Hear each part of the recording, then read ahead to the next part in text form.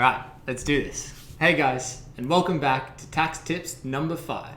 I'm Dan Hogan, co-founder of Ember and chartered accountant, and today we're talking all about sole traders versus limited companies.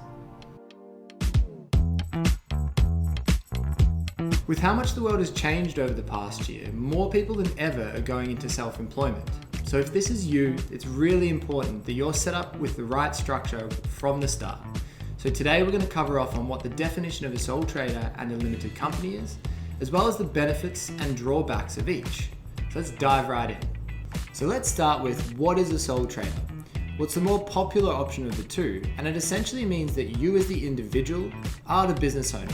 You control the business 100%, and at the end of the day, all the profits are yours to keep. You can choose to hire staff to help you out, but ultimately the business is yours and yours alone. No shareholders, no directors, or anything like that. Sounds pretty simple, right? Well, it's important to note that you're also personally liable for all of the debts and liabilities of the business. So just keep that one in mind. Next up, what is a limited company?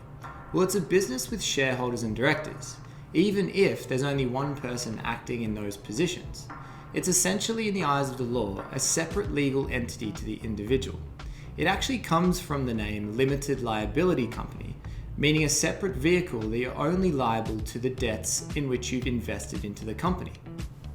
So let's have a look at a couple of the benefits and drawbacks of being a sole trader. Firstly, it's super simple to set up. All you have to do is let HMRC know that you'll be filing a self-assessment that year, and use apps like Ember to keep on top of your profits and losses throughout the year. Next up, you can offset your losses or claim refunds as a sole trader, meaning if you're expecting to make some losses in the first few years and you don't have those startup requirements such as issuing shares, this might be a little bit more advantageous for you. It's also historically not been as much paperwork to run a sole trade business. However, from 2024, there's some new legislation coming in from HMRC that's going to make it more onerous for sole traders earning over £10,000 in income. Because this is a really topical thing that's happening, you should be aware of it, and we're going to run a full series on this to help you out.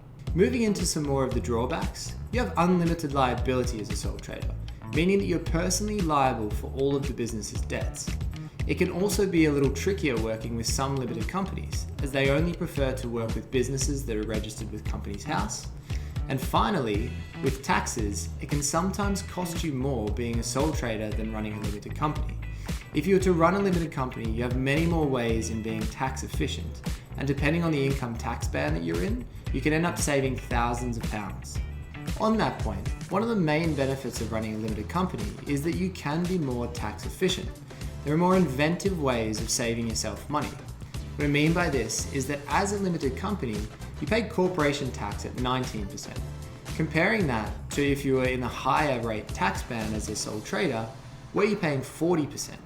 Running a company also provides you the mechanism to issue shares and get other people involved easier, as well as allowing you the ability to withdraw your profits over multiple different years.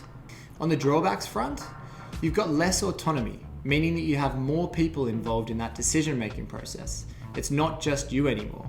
There's also a little bit more paperwork involved.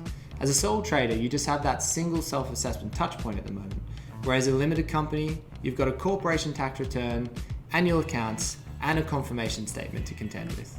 As a result, you might find yourself stretched pretty thin between operating the business and keeping on top of your business admin. That's why we made Ember. So if you need help understanding which structure is best for you, make sure you reach out and we'll help you through the decision-making process. So that's it for today's session. Thanks for tuning in.